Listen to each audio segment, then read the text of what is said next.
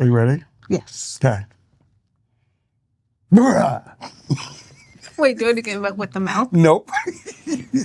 I'm not. We got merch. We got merch. See, listen, we're serious about this. Well, welcome back to Me and My Pod, episode 7. So glad you guys are here. And I am so thankful that we are able to continue another week. Yeah. Yeah. Good answer. Because I think we are on track for at least season 1 and see where we go. I think we'll put in a few more episodes and, we'll see where it goes. Yeah. I like that. Yeah. Right in time for our 20th. Can't believe it. I can, because I've been here. You've been here? Yeah. the whole Oh, time. man. It does not feel like we are coming up on our 20th year of marriage. It does. Yeah, 20 years. What? Yeah, I've been here for those 20 years. So, It feels like 20 years to you? yes. Oh, man. I don't You have a get it. 16-year-old. That does not. It's so weird. The other day, she's like, "Mom." Like, who is this kid? It's so odd. I don't know if anyone else ever had moments like that. No, but I think it's one of those that is both crazy, scary, and awe. Because I watch, and there are times I'm like, I'm a father to a 16-year-old and a 13-year-old and an 11 Keep going. and a 9 One more. and a 7. Woo, you got them all. Got a full house. Yeah, you did a good Yeah. job. But yeah, that's just, but it's been great. So, all right, confession time. Just say. So there was a few weeks ago, I had went to pick up Michaela and Michael, of course, hopped into the car. And Wait, where were you picking up Michaela from? from work. She got a job, y'all. Yo, I mean, she's I don't think 16. they knew about Okay, it. well. Okay. But I watched them as they were playing. I started crying. Really? Really? With the 16 and 13-year-old? Yeah, I mean, I'm watching them, and they don't know that, but I was watching. No, they will. Yeah. No, I was so overwhelmed with, wow, my kids, they enjoy being with each other, and they are having a great time. And I was just in that moment. I'm like, wow. So. Look at you. Ouch. It's a prayer poke. No, it's not.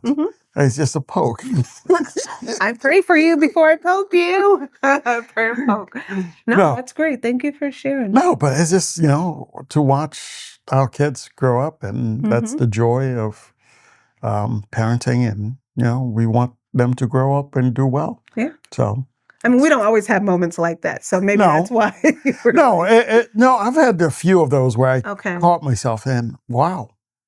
Oh. That's because we have great kids, and I am proud of them, and I agree. But that's so. All right, go on. Where are you taking us? All right. So today we are exploring in the area of pastors are people too. No, they're not. They're robots. So my robot is not the best, but pastors, this guy, I think he's pretty great. Yeah, you get paid to say that. Because we're going shopping. Yeah, I think it's just a matter of, I think we know that. But in moments where we need to be reminded of that is when we don't, or we tend to forget it.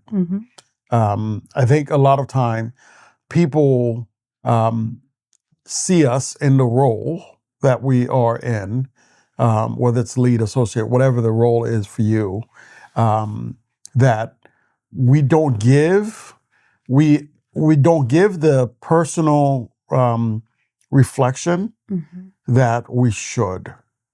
I've been in ministry for a long time, and not as long as many.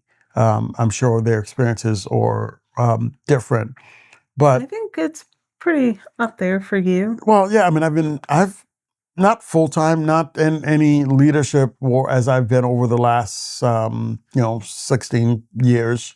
But, I've been in ministry really at a very young age. Started preaching when I was 16, even before then. But I think ultimately, the reality is that when people feel like they have something to say to pastors and leaders, they forget that.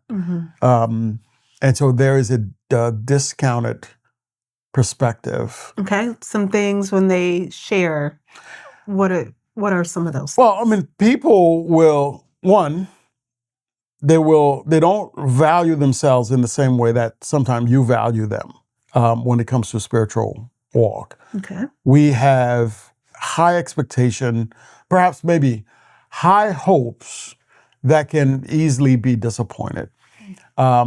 I think the goal, the desire, the heart of a lot of pastors, I want to say every, but I know that's not always the case.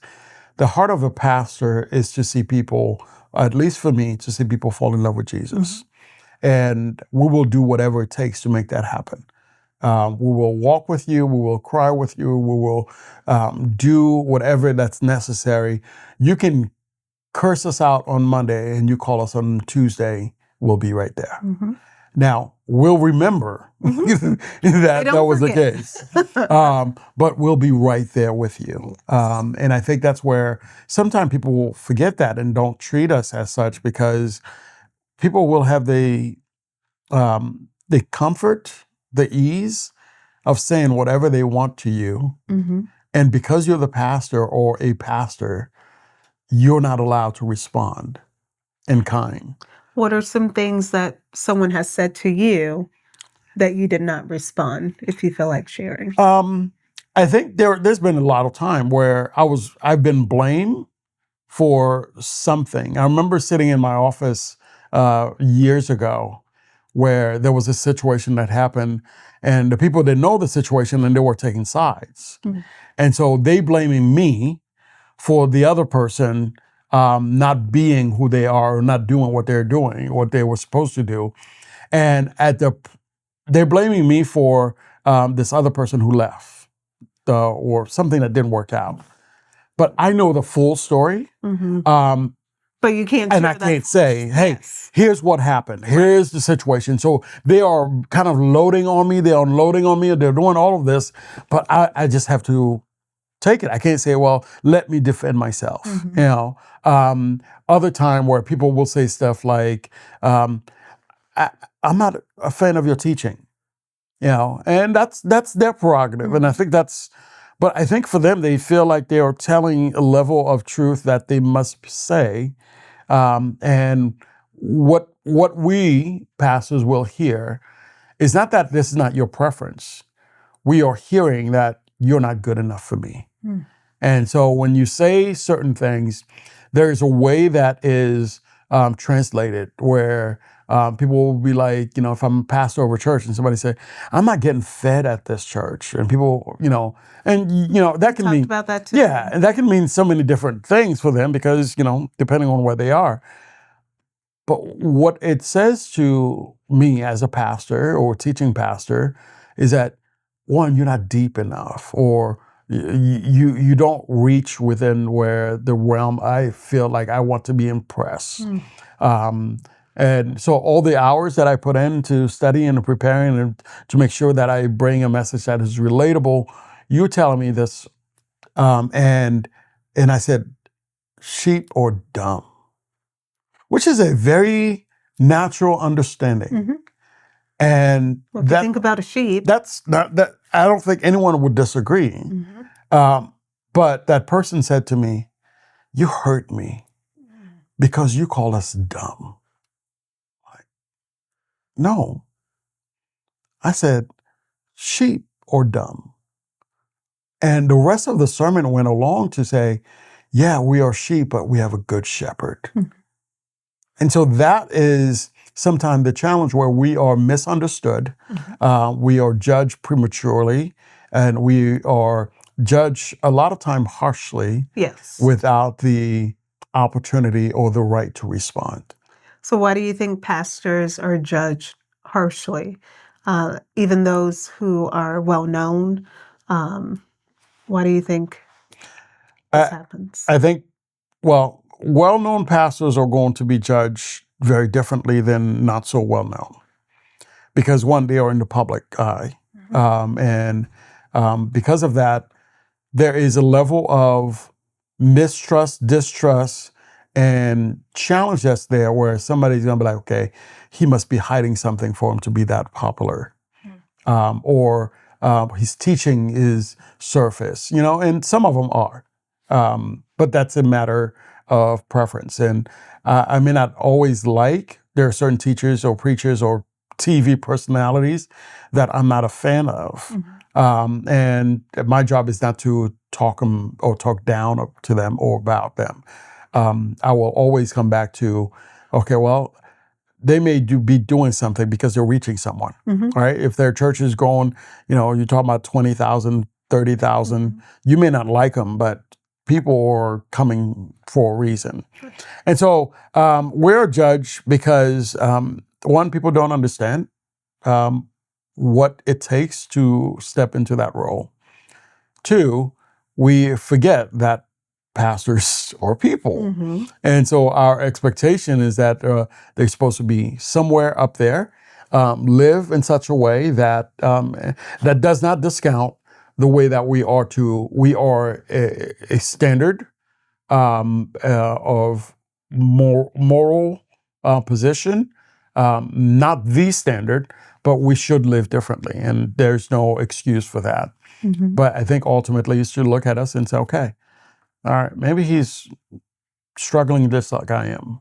Maybe he's hurting just like I am. Maybe life is not as rosy as I see it on Sunday morning. And because pastors experience that too. Yeah. I've had someone reach out to me and say, do you ever feel like you're in a fishbowl where everyone is on the outside looking in and watching your every move? And, with you being a pastor and me a pastor's wife, I think because we live our life and just, hey, we are here first to serve God and, in our areas of ministry, our marriage and family life. So it's not, for me, it's never let's touch the mic. It's never this is, someone's watching me because of the way I dress or how I respond to someone.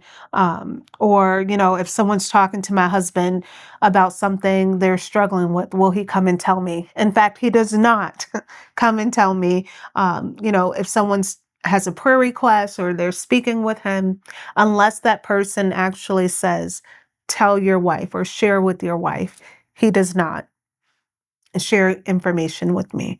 And that is something that was taught very early on for us in our marriage. For me, it's been twofold. One, if somebody's sharing something with me, they are not just sharing with Ricardo. They are sharing with the responsibility and calling. The other is that there is a burden that I will carry that I don't need to have you carry. And so whether it's, here's something I'm sharing with you on, okay, walk with me, pray with me, counsel me in that, or I just can't stand your guts conversation where somebody can have that. Okay. So my job is not to come to you and say, hey, did you know that somebody just said this to me? Because again, that now puts that on you. And you as the wife who was very much a protector would now I need to deal with this person. And so it's not something that I can communicate or should communicate, at least in that direct path. So having that distinction and separation between the ministry roles and burdens and loads that comes, and still be able to share life and ministry together with you and our family. That's so important for our marriage. We're in ministry together. It's just how we do ministry differently. And, having people come in and share something with me, unless you say, again, if you don't tell me to tell Ricardo, it stays with me. I actually had someone who was very surprised. They're like, oh, they started talking about this topic and they were looking at him and looking at me like, oh, you didn't tell your husband? No. Why would I tell him? That's not something that, you discussed that you wanted to have shared. And, for me, it's like it was good for that conversation to happen. And it was important for them to know and understand this is where our trust is. You left it here. This is where it remains. Yeah. Yeah. I mean, trust is a very important commodity.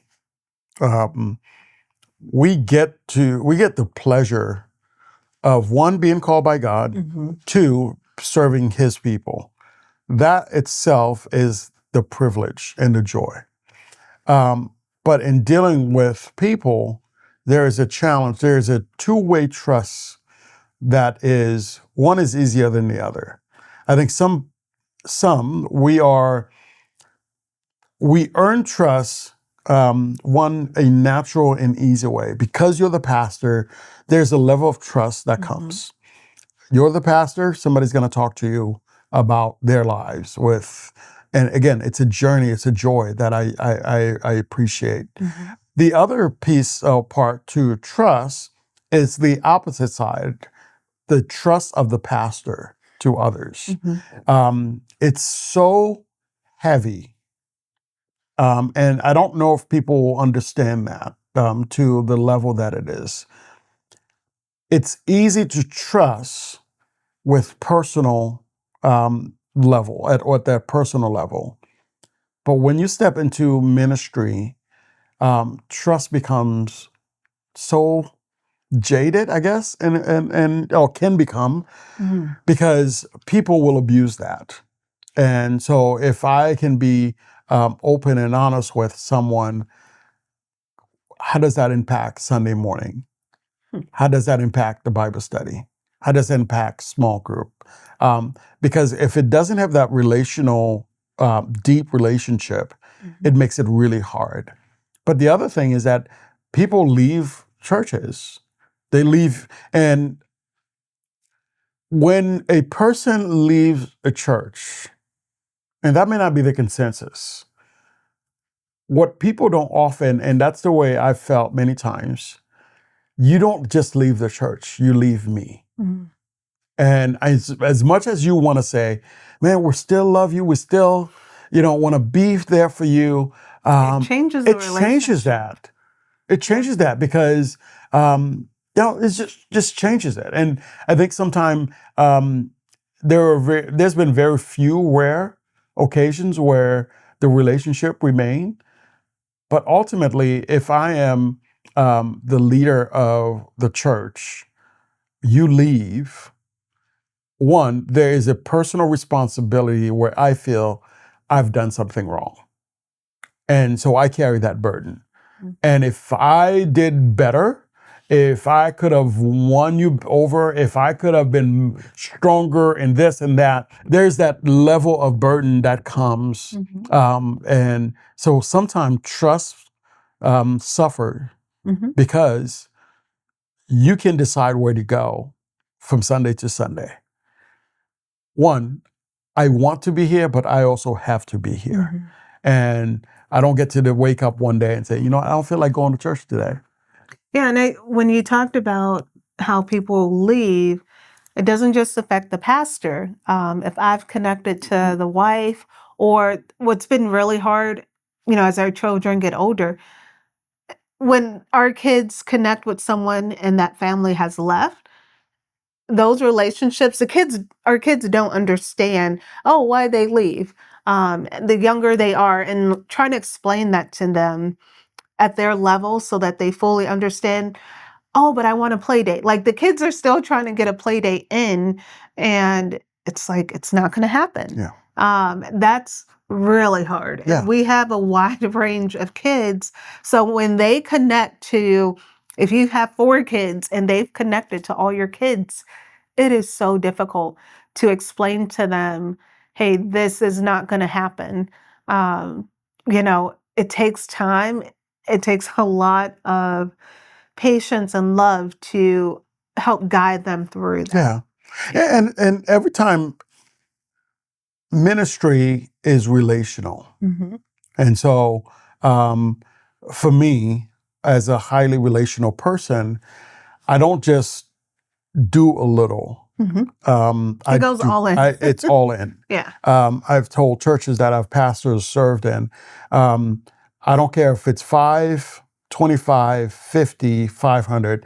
You don't get less because. But whenever there is a tearing in that relationship, you have to start over. But I think a lot of times starting over means you're starting with less because the person that you gave your all to walk away with a little bit of you. Yeah. And so the next person comes in, they don't get that little bit. And and the more that you go through it and you are in ministry long enough that, okay, it's this one, then this one, then this one, then this one. And by the time you even, whether it's a parent or the wife or the kids, they get to the point where they're like, I don't know if I have enough to give to anybody else. And this is not to make you feel guilty of, because life transition happens. I get that. Yeah. But there are transitional changes that allow or make room for a relationship to sustain. And there are some that are just not real. It's just, I'm tired of this, or I'm done with this, I'm done with this person, I'm going to move on. And so that to me is some of the harder ones when, at the same time, pastors leave too, right? We've had that. Yeah. Yeah. Yeah. And it's been, it's been challenging here and there. And one of those moves where we had to, God called us to the next place, led into the depression that I had for 5 years. And it's just wherever God calls us to next. So when pastors and their family are leaving, it's like, oh, our heart is here. And like that place will always be home. And we feel loved and welcome every time because we built that relationship. We have that trust and connection. It's not with every single person, that was within the church, but for those relationships that we did have, they have continued to grow. And one thing that we love and that I've noticed with a lot of friendships, relationships, you can talk to someone and then like a year later, hey, how are you doing with this? And like they remember or, they'll come visit and it's like the conversation continues. Yeah. Relationship binds us in certain ways. And our calling sometimes pull away from those relational pieces and challenges.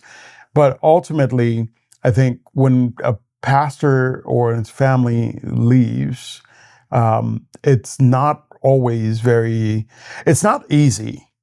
It's leaving some piece of you behind too, where you've loved. Start from leaving our families. For us getting married, going into ministry, we left our families and, in our different areas, and we became that family together. So that was something to go back even before we started in ministry at a church. It's how you handle the transition. I think, and again, we all have transitions in life. That's part of it. You go from infancy to, toddler to, all these different stages that you grow into. Those things you can't control. And some of it you look forward to the next stage. But when it comes to the relational pieces, it's hard because a lot of time it's intentional, purposeful, and it's hurtful. And so when people leave churches, I want them to understand as much as possible. You leave a piece of you, or you take pieces of others with you, and that impacts the leadership, that impacts the pastor, that impacts the community.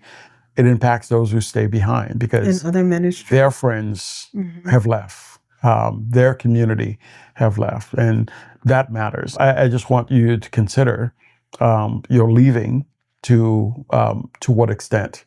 And sometimes it's, all right, I'm hungry for more. Well, what does that look like? I'm not getting fed. what does that look like? What does that really mean? And so a lot of time we say stuff that we really don't understand how to explain it. I wish somebody would come to me and say, I really want to go deeper in this versus Giving details are so important. I'm not being fed. What does that mean? Because you can go to the next church and the same situation happens. Then you check out another church. So understanding what that means, going deeper, sharing those details, that's important, because without it, it's the same thing. You keep doing the same thing. Yeah, but I think a lot of times we say stuff as one, we say things that sound spiritual. That's not necessarily true. The other is that we don't know what else to say, and we just say that. And so when going back to, I'm not getting fed, what does that mean? You like cereal, or you like steak, or do you like rice, or do you like quinoa? So what do you mean you're not getting fed? Do you need me to take the spoon and actually hold it and put it in your mouth? And so all of those things are things that people would say, and I don't think they really understand what they mean, nor do they understand the implication of that. So those are important. You also have people who, in areas of ministry, it's okay, I want to have this ministry or I want to be a part of it, but I'm not for sure where exactly I would fit in. So it can be a situation like that. And, one, praying about it, knowing where your strengths are. Because if you just say, okay, I want to serve, and you get placed in a ministry, and that is something that can lead you to feel, okay, this is not right, this is not for me. And then you bring it to the pastor. All right, I'm not being fed, this is not working. And then you leave. So knowing who you are, and I think, is it the spiritual assessments? Yeah. Yeah. So I think that's something that would be good to have as well. Just really praying through, working through, what is it? What does that mean when I'm bringing this topic to the pastor? Well, I think, just to end with that point, is try to understand what feeds you. What is it that, for me, relationship, people energize me. I want to be around people. And so I think if people can figure out, where am I gifted at? What brings me energy? What brings me encouragement? I want to find an opportunity to do that.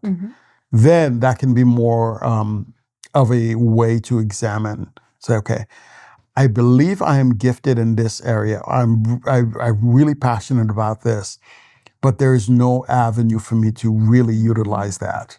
Then that becomes a deeper conversation, where having a conversation with your pastor saying, all right, I really am passionate about this. Is there a way that I can implement this, or that gift can be used here? And sometimes, depending on the church, it may not fit. In that area, you can say, okay, maybe that may not be the place that God is calling me. Yeah. It's if person is preaching the word of God, it is for you. And if you can't find food in the word of God, you're looking for entertainment. And as much as I love to make sure people are enjoying it, I think we get so lost in entertainment. We miss the deep things that can be so simple as checking on somebody today. Simple things. Yeah. When you talked about, serving in these different areas, even here, like, I love movement. Dance is kind of the language that I speak in ministry. And before we came here, as we were candidating, I said, God, where would you want me to serve? He had this binder of all the materials of church. I dropped the binder in the car, pick it up, and ESL popped open. And I was like, okay. It said a need for ESL. I was like, God, this is you telling me, and I'm like, but I've only taught online. So how would this look or work in person? I wasn't for sure, but I enjoy teaching and I enjoy dance. So how can I merge this in with ESL?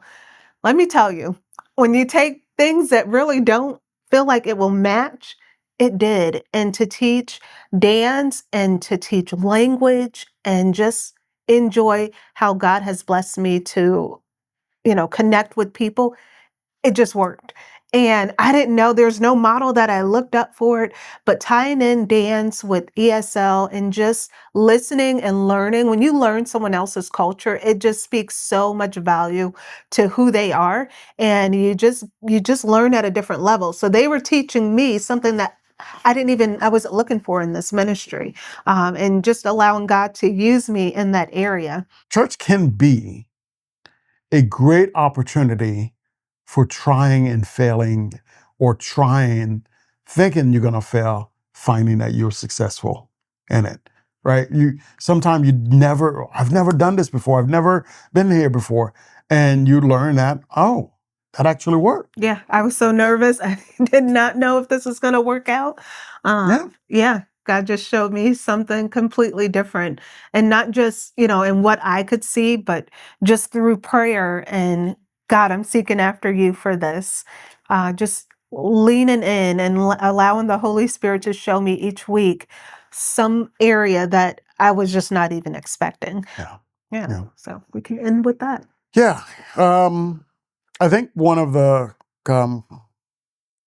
question you had asked, I think it's necessary to at least bring that into a close, is understanding pastor, or at least their roles.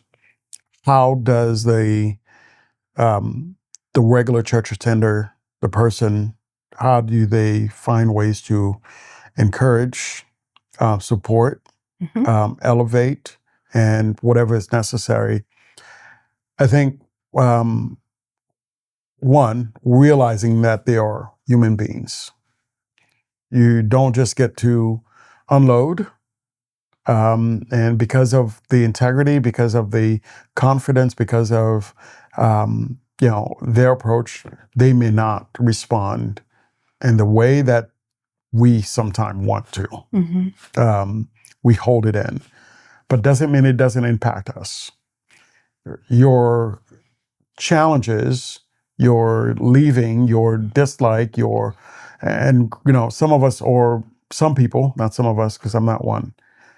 Some people are freer to speak their mind, regardless of who gets hurt in the process, because they want to share their truth, and they just go at it.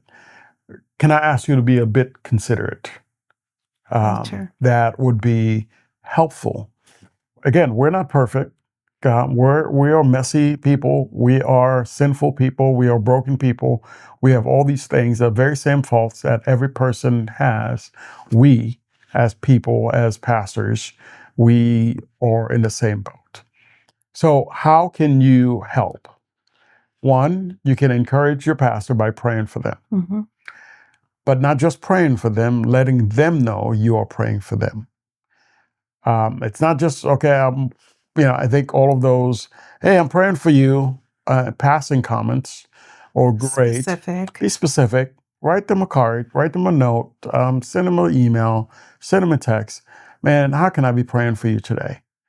Now, when it comes from a genuine place, we appreciate that deeply. It means a lot to us.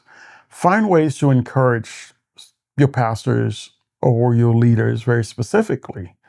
Not just good job, but I appreciate when you do, or when you said, when you did that. When we are more specific to the pastor, it means to us that what we're doing matters.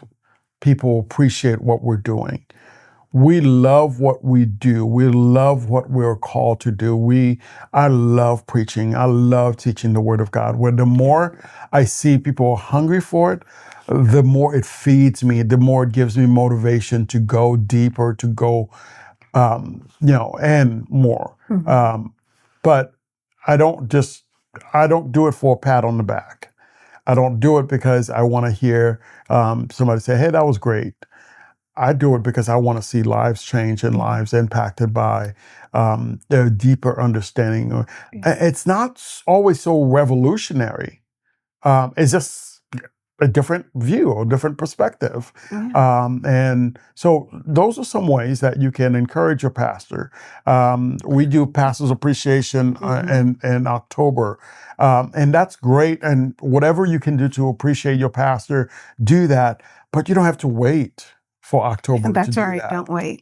So find ways to encourage, be an encouragement to the pastor. There is enough in the world and in our world that is discouraging, that is challenging, that is heartbreaking. And a lot of the burdens are carried and in the place of ministry. And there's an encouragement that I know you got today. One of our members brought in a prop that goes along with his sermon. It was the coolest thing. She spotted me in the hallway and she goes, "Look what I found. Here's this prop that will go along with Pastor's sermon." I was like, "Girl, get up there, go give it to him." Like, it was so neat to see, and just the excitement on her face. I didn't get to see her give it to him. I would have loved to seen it. No, because I was in the booth and she was like, "Okay, I got a gift for you," because I had asked her before I started the series because I wanted to, and she didn't have it. But to watch months later, because we've been in this series since January and it's now July. January 5th is when we started. And it's July, and it's so almost 8 months into the series. And I had asked her in December of that, last year, and she came and said, "I found it," and I can tell you how much joy that I got and seeing it, because it's absolutely beautiful. But the extra joy was knowing that she took that on. Say, "Okay, man, now I found it. Now I'm going to get it. That's the one." And so if you watch our teaching today, July 27th, and through the rest of the series, you'll find an anchor prop. And when I'm done with it, it's going to be right here in my office. So should mount it on that. It will, it will be somewhere visible where it will remind me of that. But those are certain ways of specifically encouraging and being a blessing to your pastor and to your leaders, and but not just the pastor. Also be an encouragement to the pastor's family, to the wife of the pastor, and talk about. There's been time I would go to the leader's spouse to say thank you for sharing your spouse. Thank you for sharing the pastor, the president of our denomination. I spoke with his wife to say, "Man, thank you so much, because I know what it takes to give in and to give up, because when they are called, you are called, but sometimes they get to go and the wife gets to stay. And that's not always. I mean, sometimes the wife doesn't want to go, but ultimately. Oh no, you're not leaving me with all those kids. So we have a thing where you call him to come and speak at your retreat or conference. The whole family's coming. So be ready. Sometimes very rarely, it doesn't happen like that, but ultimately that becomes part of our culture. But so, well, thanks for watching and listening to episode 7 of the Me and My Pod. I hope and pray what we've shared help and encourages you, challenges you, but ultimately it spurs you unto good deed. And that is to learn to appreciate, to share, and to care for those who care for you, and the capacity of the church role. If you haven't been in church in a while, go to church this weekend. That encourages the pastor. If they haven't seen you, show up. Just surprise them. You'll be amazed what that little show up will do. So make connections. Get back to those relationships. So again, we thank you. If you would do us a massive, massive favor. It doesn't take a whole lot, but it will mean a lot. If you would if you're watching on YouTube, click that subscribe button. Right now we are at around 32. Would love to increase that. So if you have not subscribed yet, hit that subscribe button and help us out. Yeah. Like, comment, share. Those are other ways that we get encouragement, because when we watch our, the statistics that's there, we were like, oh man, guess who watched, or somebody watched, and so Or commented. yes, And it's like, come read this. that is so helpful to us. So everybody, please go and check us out and hit that subscribe button. All right. All right. I'm Ricardo. I'm Christian. And this is me and my pod.